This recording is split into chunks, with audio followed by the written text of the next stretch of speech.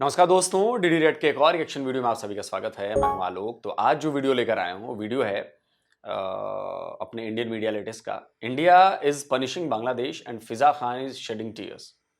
अच्छा जी, मजेदार वीडियो होने वाला है, चलिए देखते हैं। मेरा पहला दिन था और वो पहला ही दिन मेरी जिंदगी का आखिरी दिन बन गया। हाय हाय, इतना सुकून। हम चाहते बांग्लादेश को भारत में मिला सकते थे और तुम और तुम्हारा बाप कुछ नहीं कर पाता। तुम्हारा मुल्क तुम्हें बना के थाल में सजा के दिया है, नाशुक्रे। बिछड़ने वाले में सब कुछ था, बेवफाई ना थी। ब्रेकिंग न्यूज है। तो कैसे हो किटकैट्स? आई होप अच्छी होगी। मैं भी अच्छी हूँ। हमारे प्रधानमंत्री मोदी जी कुछ भी करते हैं तो उनके चाहने वालों के मुंह से तो एक ही चीज निकलती है, वाह मोदी जी वाह, I love you Modi ji. वहीं मैं दूसरी तरफ बात करूँ मोदी जी से जलने वालों की, तो वो हर उड़ता हुआ तीर अपने पिछवाड़े में ले लेते हैं। अच्छा जी, आगे चलते हैं जी। हाँ, तो बात ये है कि अभी हमारे पीएम ने ट्वीट किया, बांग्लादेश में आग लग गई इस ट्वीट के चक्कर में। धुआं तो वहीं से उठता है ना जहां आग लगी। मोदी जी का ट्वीट है जिसने बांग्लादेश में पता नहीं क्यों आग लगा दी, राइट। मोदी जी का सिंपल सा ट्वीट है, देखिए ये ट्वीट है मोदी जी का। अच्छा, ट्वीट बोल क्या रहा है? ये ट्वीट कुछ नहीं है कि ये सिर्फ ये है कि 1971 में हमारे फौजी बड़े बहादुरी से लड़े, हम उनको नमन करते हैं और this day is a tribute to their extraordinary valour and their unshakeable spirit. यानी कि इंडियन आर्मी, नेवी और एयर फोर्स जिन्होंने लड़ाई लड़ी थी उनको मोदी जी ने सैल्यूट करा। और उसमें कहीं भी बांग्लादेश का नामो निशान तक नहीं था। लेकिन आखिर औलाद किसकी है? भिखारिस्तान की, निकम्मे, जाहिल, नाकाम पाकिस्तान की। उड़ता हुआ तीर ले लिया। बांग्लादेश में आग लग गई इस ट्वीट के चक्कर में। वाह, मोदी जी से बड़ा मास्टर नहीं है स्ट्रेटेजिक कम्युनिकेशन। बिल्कुल नॉर्मल सी बात है, इन्होंने कोई ऐसी गलत बात नहीं करी। लेकिन इसमें दो तीन चीजें हैं, मैं आपको बताता हूं। सबसे पहले 1971 में 16 दिसंबर को बांग्लादेश बना, ईस्ट पाकिस्तान बांग्लादेश बन गया। पूरे ट्वीट में कहीं पे बांग्लादेश का नाम है ही नहीं। अच्छा, कुछ गलत भी तो नहीं लिखा। ये कह रहे हैं कि भाई हमारे जो बहादुर सिपाही थे हम उनको नमन करते हैं, उनके बलिदान को नमन करते हैं। बस नमन करके मोदी जी का ट्वीट खत्म।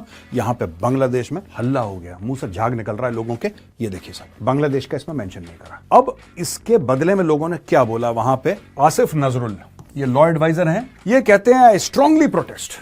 मैं बिल्कुल प्रोटेस्ट करता हूं। बांग्लादेशी है, काम तो इन्होंने करना नहीं है, ठीक है। अब जब ये फंसते हैं तो काम करना है हमने इनके लिए, इनको सिर्फ प्रोटेस्ट करना। देखो सबका है, आई स्ट्रांगली प्रोटेस्ट। अगर यही हालात रहे तो आने वाले कुछ सालों में जैसे पाकिस्तान हर चीज को लेकर बोलता है ये इंडिया की साजिश है, राह की साजिश है, आरएसएस की साजिश है, बीजेपी की साजिश है, मोदी जी की साजिश, ऐसे ही रोना बांग्लादेश भी करने लग जाएगा। खैर, ये न्यूज तो आपने काफी जगह देख ली होगी। फिर आप बोलोगे किट्टू भाई इसमें कुछ नया क्या है? तो 16 दिसंबर 1971 को याद करके अपनी प्यारी बेबी फिजा खलीफा ने खुद को श्रद्धांजलि दे डाली, मार डाला खुद को, खुद के आगे मोमबत्तियां रख ली। क्या बात कर रहे हैं? अस्सलाम वालेकुम, मैं हूँ डॉक्टर फिजा खान और मैं हूँ पाकिस्तान। मैं ज़ियाउल्लाह इस्लाम हूँ, मैं अजान हूँ, गुलशेर हूँ, हामिद और हमाद हूँ। मैं अजहर भी हूँ, मैं रिजवान भी हूँ, वहाब भी हूँ और वासिफ भी हूँ। मैं अब्दुल्ला हूँ, आदिल हूँ, अरहम हूँ। पहले ही फैसला कर ले कि तू है क्या,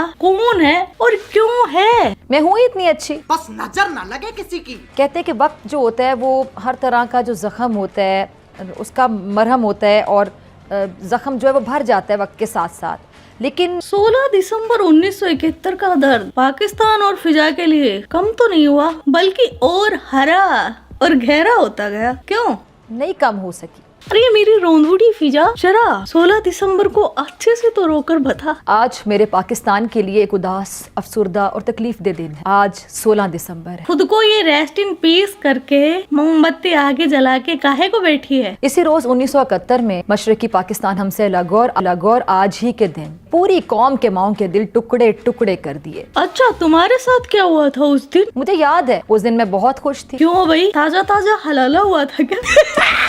मैं मुस्कुराई और सो गई। सुबह मेरी आंख जल्दी खुल गई। मामा ने मुझे अच्छा सा तैयार किया। एक तो यार मेरे को इन पाकिस्तानियों का समझ में नहीं आता। एक मेरे पास मीम भी आई थी, उसमें भी मम्मा को मामा मामा करते। अरे भाई, माना कि तुम्हारे वहाँ रिश्तों की खिचड़ी बना दी जाती है, कौन क्या कर रहा है कुछ समझ में नहीं आता। लेकिन ये क्या होता है मामा? अम्मी जान बोल, ज्यादा कूल बनने की जरूरत नहीं किट्टू भाई के सामने। मेरे बालों की पोनी बनाई और साथ में फिजा की बहती हुई नाक भी पोंछी होगी। मेरी पसंद का लंच बनाकर लंच बॉक्स में रख दिया। और फिजा का फेवरेट क्या है? वो तो हम सबको पता ही है। सूजी का हलवा। मैं नया यूनिफॉर्म, नया बैग लेकर बाबा के साथ स्कूल पहुंच गई। मैं बहुत खुश थी, बहुत ज्यादा। इतनी देर हो गई, मुझे समझ में नहीं आ रहा यार, ये इतनी खुश थी क्यों? मुझे नहीं मालूम था कि ये मेरी खुशी और मेरी जिंदगी का आखिरी दिन होगा। स्कूल में पहला दिन था, मेरा पहला दिन था, और वो पहला ही दिन मेरी जिंदगी का आखिरी दिन बन गया। मैं खुशी खुशी अपनी क्लास में गई।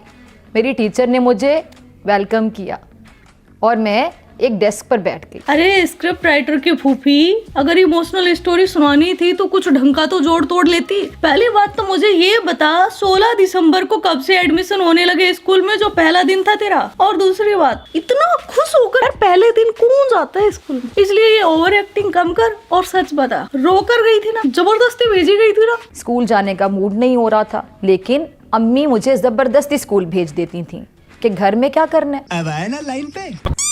मैं बहुत सारे दोस्त बनाना चाह रही थी। लंच ब्रेक में मैंने एक दोस्त के साथ लंच भी शेयर करना था। हम पक्के दोस्त बनने वाले थे, लेकिन हमारी जो दोस्ती है वो टूट गई, क्योंकि दोस्ती के लिए जिंदा रहना जरूरी होता है। स्कूल में फायरिंग की आवाज आई। मैं डर गई कि ये आवाजें कैसी हैं। टीचर कह रही थी कि स्कूल पर कोई दहशतगर्द हैं जिन्होंने हमला कर दिया। मुझे नहीं पता था कि ये दहशतगर्द क्या होते हैं और ये हमला किसको कहते हैं। कितनी मासूम है ना बेचारी, कुछ पता ही नहीं है। वो तो एक दहशतगर्द अंकल ने अपनी बंदूक मेरी तरफ की तो मैं डर गई। दहशतगर्द अंकल, वाह। मतलब आतंकवादियों को ये हीरो मानते हैं, अंकल, फूफा, मामू सब बना डालते हैं और फिर बोलते हैं कि उन्होंने इनके ऊपर बम बरसाए, गोली बरसाई। नहीं, आतंकवादियों से अगर रिश्ते जोड़ोगे तो बम और गोले ही मिलेंगे, कौन सा अमरूद आएगा? वो बच्चों पर चीख रहे थे, वहाँ खून ही खून फैल गया। मैंने दहशतगर्द अंकल से कहा कि अंकल आप ऐसा क्यों कर रहे हैं? हमने तो कभी किसी के साथ कुछ बुरा नहीं किया, कुछ गलत नहीं किया। कितने अमन पसंद लोग हैं ना ये। लेकिन उन्होंने मुझे भी गोलियां मार दी। नहीं, कह दो कि ये झूठ है। फिजा खलीफा, तेरे खित्ते को मेरे अलावा कोई नहीं पढ़ता। मुझे नहीं मालूम था ये अजियत गोली की है जो मुझे लग चुकी थी। आ गया स्वाद फिर। उस वक्त मुझे बहुत दर्द हुआ। मैंने मामा पापा को आवाजें भी दी, लेकिन फिर आवाजें देते देते मैं उसी फर्श पर गिर गई। फजा में बारूद और खून फैलता हुआ दिखाई दे रहा था। रहे हम भी नहीं और बचे वो भी नहीं। अब मैं यहाँ अल्लाह मियाँ के पास हूँ और मैं बहुत खुश हूँ। यार मैंने पहली बार कोई बंदा देखा है स्कूल जाते टाइम खुश है, सोते टाइम खुश है, इवन मरने के बाद भी खुश है। क्या बोलूं यार, मैं इस वक्त खुद ही मरने के बाद इतना खुश क्यों? लेकिन एक सेकंड, ओह भूल गया, फिजा खलीफा की तो असल जिंदगी मरने के बाद शुरू होती है। Sorry, my mistake. दौड़कर नबी पाक सल्लल्लाहु अलैहि वसल्लम का दामन पकड़ेंगे और उन सफाक कातिलों की जानिब इशारा करके दुहाई देंगे। कैसे? हाय हाय। मुझे ब्रेक पे जाना है, ब्रेक से वापसी पे बात करेंगे सकूते ढाका के हवाले। ओके। मुझे लगता है कि मैं किसी से नफरत नहीं कर सकती। सो चूहे खाकर बिल्ली हज को चली, ये इसके लिए ही बना है। मैं तुम्हारी नफरत याद करवाऊं या? अच्छा, मुझे एक बात समझ नहीं आती है, फिजा अकबर खान मैम, आपको न्यूज एंकर किसने बनाया? आपको तो एक्ट्रेस होना चाहिए। आप इकलौती मुझे ऐसी लग रही हैं जो पाकिस्तानी फिल्मों को, पाकिस्तानी फिल्म इंडस्ट्री को आप ऊंचाइयों पर ले जा सकती हैं। आप उसको सुपरहिट करा सकती हैं, क्योंकि इतना बेहतरीन एक्टिंग आप करती हैं ना, मैं क्या बताऊं। वो एक बार मुझे याद है, वो वीडियो पता नहीं अब आप लोगों को भी याद होगा, ये कोई पाकिस्तानी आर्मी के प्रोग्राम में चली गई थी और वहां इसने रो रो कर टेसुए बहा बहा कर, इन्होंने तो मैडम ने पता नहीं क्या साबित करना चाह रही थी, मुझे नहीं पता, लेकिन बड़ी रोई थी। और देखिए यहां भी रो रही हैं, और यहां भी ये देखिए, मरने के बाद इनको पता था कि मैं कहां जाऊंगी और किससे मिलूंगी, सब पता था इनको। लगता है वहां से डायरेक्ट लाइव टेलीकास्ट हो रहा था इनके पास। बात मानिए, अभी भी टाइम है। आप अच्छी दिखती हैं, मतलब इतनी बुरी भी नहीं दिखती हैं। थोड़ा मेकअप वेकअप और ढंग से कर लेंगी तो जैसा आप फोटो में लगाती हैं आप और अच्छी दिखेंगी। मतलब नो ऑफेंस, मतलब मैं कोई आपकी बुराई नहीं कर रहा हूँ। थोड़ा मेकअप और चढ़ा लेंगी तो और खूबसूरत दिखेंगी आप। तो मतलब वो फोटो और आप जो एंकरिंग करती हैं, जो एंकरिंग में आपकी फोटो लगती है और जो आप एंकरिंग करती हैं, जो कैमरे पर दिखती हैं, वो मैच नहीं करती ना, इसलिए बोल रहा हूँ मैं। तो अरे सच में नहीं मैच करती भाई। अब पता नहीं, अब जो भी है व्हाटएवर है, थोड़ा कलर का इधर उधर हो गया है। तो मेरे कहने का मतलब ये है कि आप एक्टिंग में हाथ आजमाइए। नहीं, हाथ नहीं आजमाना पड़ेगा, मतलब पूरा का पूरा आजमाना पड़ेगा। आप एक्टिंग में जाइए, और मुझे लग रहा है बिल्कुल नेचुरल एक्टिंग लग रही थी, बिल्कुल नेचुरल एकदम। मतलब मुझे लग रहा था कि एकदम नेचुरल रो रही है, जरा भी नहीं लगा क्या बनावटी रो रही है, स्क्रिप्टेड रो रही है, बिल्कुल नहीं लगा। अपने आप ही याद कर लोगी। कि साहब जी गलती हो गई, माफ कर दें, मैं मस्कीन औरत हूँ। खैर ये सब छोड़ो यार, मरने के बाद फिजा खलीफा का हुआ क्या, उस पर फोकस करते हैं। मैंने बैठकर बकायदा अल्लाह ताला से बात की कि अल्लाह ताला मैं 72 उरों पर राज करना चाहती है। अब यकीन जाने कि ये इतना मुश्किल काम था, बहुत मुश्किल काम था, ये बड़ा मुश्किल अमल होता। लेकिन 72 हुरों की मुखिया बनने के बाद तो यकीन जाने आप बहुत सुकून में आ जाओ। तो इस कहानी से ये निकलता है कि फिजा खलीफा जब पहले दिन स्कूल में गई तभी टाइम फुस खल्लास बैंड बज गया था। अब जो है ये 72 हुरों की मुखिया है जो न्यूज सुना दिया। ओके खैर अब वापस आते हैं वहाँ जहाँ फिजा खलीफा का खित्ता फाड़कर बांग्लादेश निकला था। वो हम सफर था मगर उससे हम नवाई ना थी, कि धूप छाँव का आलम रहा जुदाई ना थी। अदावतें थी, तगाफुल था, रंजिशें थी, मगर बिछड़ने वाले में सब कुछ था, बेवफाई ना थी। क्या अदा है यार दर्द बयां करने की, इसी अदा पर तो फिदा हूँ मैं फिजा, वरना जाहिल एंकर तो बहुत फिरते हैं तुम्हारे मुल्क में। बिछड़ते वक्त उन आँखों में थी हमारी गजल, गजल भी वो जो किसी को अभी सुनाई ना थी। कभी ये हाल के दोनों में यकदिली थी बहुत, कभी ये मरहला कि जैसे आशनाई ना थी। न अपना रंज न अपना दुख न औरों का मलाल, शबे फराक कभी हमने यूं गवाई ना थी। मोहब्बतों का सफ़र कभी इस तरह भी गुजरा था, शिकस्ता दिल थे मुसाफिर, शिकस्ता पाई ना थी। अजीब होती है राह सुखन भी देख नसीर, वहाँ भी आ गए आखिर जहाँ रसाई ना थी। रजाई अबे कहीं कंबल कुटाई मत करवा लेना किसी से, रजाई। उस ढाका का दुख था जिसने घर के बीच कह लें कि दीवार खड़ी कर दी, जो अब अपना नहीं रहा था। आज भी 16 दिसंबर का सूरज क़यामत ढा जाता है, जी चाहता है कि कैलेंडर से 16 का जो हिंसा है खुरच कर निकाल फेंका जाए। कैलेंडर के जो वर्क हैं उससे वो सारी तारीखें मिटा दी जाएं जो दुख, तकलीफ और अजियत का उन्वान बच चुकी हों। मुमकिन नहीं। इतनी बड़ी बड़ी बातें करती हैं, इनके अब्बू और इनके चचा दोनों साथ एक घर में एक उधर नहीं रहते होंगे। इनके दादा और इनके परदादा जो भाई होंगे वो एक नहीं होंगे, सब अलग हो चुके होंगे, सबके घर अपने अलग अलग होंगे, सबके किचन अलग अलग होंगे। लेकिन बांग्लादेश के अलग होने का बड़ा गम है जी। तो मैडम गम में रहिए ना, 53 साल से गम में है। 47 नहीं 53 साल नहीं 47 सॉरी 71 हाँ 53 साल। आगे आपकी आने वाली जनरेशन को जो है वो ये गम में जीना पड़ेगा हर साल 16 दिसंबर को। पाकिस्तानियों तुम लोग की मीडिया ना वाह वाह वाह, I am loving it. It's not possible. 16 का हिंसा पाकिस्तान के लिए ऐसा ही बोझल और तकलीफ दे है। ये वो दिन है जब एक भाई दूसरे भाई से जुदा हुआ। अरे भाई भाई नहीं हो, फिजा खलीफा तुम्हारा खित्ता यानी बिल फाड़कर और फिर निकलवाया था बांग्लादेश को। तुम्हारे भी अब्बू भारत ने निकाला था और उन सपोलों के तो इस हिसाब से हम दादाजी हुए। कैसे? हर बाप का एक बाप होता है और उसे कहते हैं दादाजी। दुनिया की सबसे बड़ी इस्लामी ममलिकत दो लख्त हुई और मशरकी पाकिस्तान बांग्लादेश बना और मगरबी पाकिस्तान पाकिस्तान करार पाया। 16 दिसंबर 1971 के दूसरे दिन अखबारों की सुर्खियों में कायदे आजम का पाकिस्तान रो रहा था। आय हाय इतना सुकून। घरों दफ्तरों में अखबार पहुंचाने वाले हॉकरों के हाथ कांप रहे थे, आंखें धुंधला रही थीं और वो हॉकर जो चौराहों पर चीखते चिल्लाते खबरें पढ़कर अखबार बेचा करते थे 16 दिसंबर 1971 के बाद अगले दिन खामोश थे। क्यों, तुम्हारे जज्बे का क्या मुंह निकल गया था? कहते भी तो क्या कहते, शायद यही कहते कि इस दिन ऐसी सुर्खी थी अखबारों में, उस दिन ऐसी सुर्खी थी अखबारों में, गूंगे हो गए शहर के सारे हॉकर भी। और उस रोज़ पाकिस्तान में सोग की कैफियत थी, ज़बानें खामोश थीं, आँखों में दुख बोल रहे थे। ये उस दिन का नहीं, तुम्हारा डेली का रोना है पावली गेंद।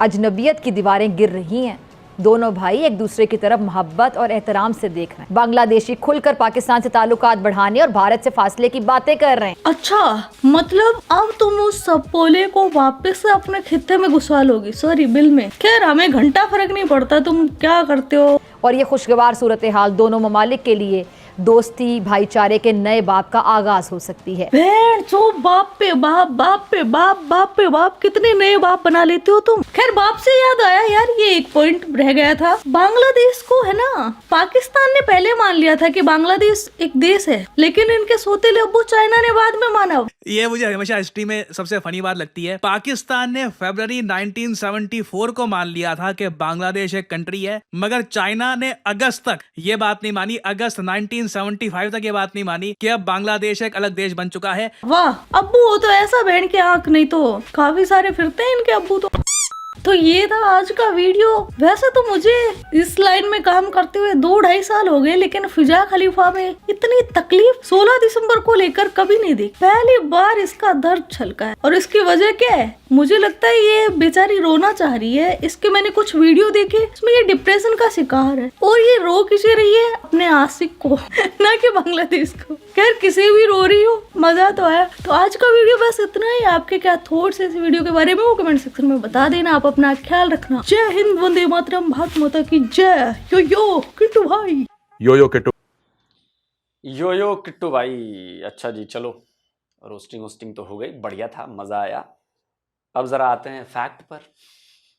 फैक्ट से भी तो इनको धोना है ना पाकिस्तानियों को और कंगलुओं को भी।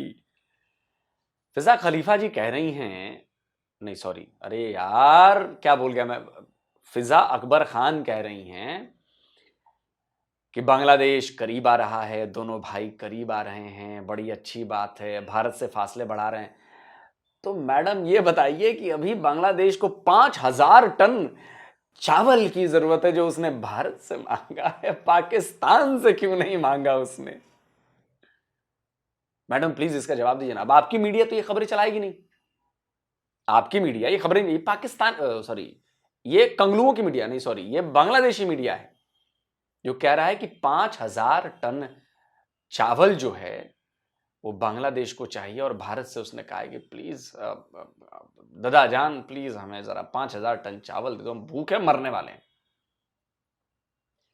तो मैडम फिजा ये बताइए कि अभी कुछ दिनों पहले 1900 टन आलू, 1900 टन, स्क्रीनशॉट लगाओ भाई, 1900 टन आलू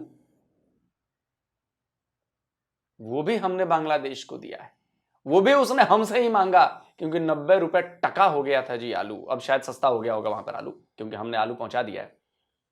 1900 टन आलू भेजे हैं मैडम। मैडम बड़ा प्यार उमड़ रहा है तो थोड़ा बहुत भिजवा देते आप लोग, या वो आपसे ही मांग लेता, क्यों मैडम? और अभी आप लोग जो बड़ा खुश हो रहे हैं ना कि चीनी हम एक्सपोर्ट करेंगे बांग्लादेश को, देखते हैं, विल सी। पाकिस्तानियों का प्रोपेगेंडा करने में ना उनको लगता है कि हमने प्रोपेगेंडा कर दिया और हमारी पोल बिल्कुल नहीं खुलेगी, हम एकदम फुल प्रूफ है, और अगले मिनट में पोल खुल जाती है आप लोग। अरे इतना ही प्यार आ रहा है कंगलुओं पर तो कुछ भिजवा दो ना, प्याज ही भिजवा दो, टमाटर ही भिजवा दो, आलू ही भिजवा दो, अरे चावल ही भिजवा दो। बड़े चावल आप लोग एक्सपोर्ट करते हो ना, भिजवा दो ना चावल, बेचारों को जरूरत है, तुम्हारे भाई हैं, और तो प्यार भी बढ़ गया, आप तो भिजवाओ ना। क्यों आप भूखे रह जाएंगे? एक भिखारी दूसरे भिखारी से प्यार बढ़ा रहा है, बहुत बढ़िया, बहुत शानदार। अभी तो शुरू हुआ है फिल्म, ये तो ट्रेलर था, फिल्म अभी बाकी है मैडम फिजा। उसमें आप भी जाएंगी और आपके कंगलू भाई भी जाएंगे। हम तो वो है ना, हम खिला खिला कर मारते हैं, जैसे मालदीव वाले आपके बदरजान मोइजू को, मोहम्मद मोइजू को ठोका ना हमने, ठोका जैसे प्यार से, घुटनों पर लाए, फिर लिटाया, फिर थुकवाया, फिर चटवाया। कंगलू भी यही करेंगे। शुरू कर दिया, चावल दे दो, आलू दे दो, प्याज दे दो, टमाटर दे दो, तेल दे दो। तेल भी है, तेल भी मांग रहे हैं बेचारे। कंगलुओं कहां जाओगे तुम लोग? ये जो तुम लोग पाकिस्तानियों के चढ़ावे में आकर जी तुम लोगों ने काम किए हैं ना, हम लोग मजे ले रहे हैं और कुछ नहीं, और मजे लेंगे तुम्हारे, क्योंकि अकल तो है नहीं तुम में, रेडिकलाइज्ड हो गए हो। जो अकलमंद होगा उसको पता है कि मैं क्या बातें कर रहा हूं, क्योंकि मुझे फ्यूचर दिख रहा है तुम्हारा उधर कोने में। बाकी दोस्तों आप बताएं कमेंट करके आप क्या कहते हैं। जल्दी मिलता हूं एक और नए वीडियो के साथ। नमस्कार, जय हिंद। तो अगर आप चाहते हैं मुझसे बात करना, मुझसे कोई सवाल पूछना, तो फैन कॉल पर आप मुझसे कनेक्ट हो सकते हैं। फैन कॉल में ये सुविधा है कि आप अपने हिसाब से वहां पर जाकर टाइम स्लॉट बुक कर सकते हैं कि आपको फलाने दिन मुझसे बात करनी है, फलाने टाइम पे मुझसे बात करनी है। लेकिन ये भी बता दूं कि ये पेड सर्विस है,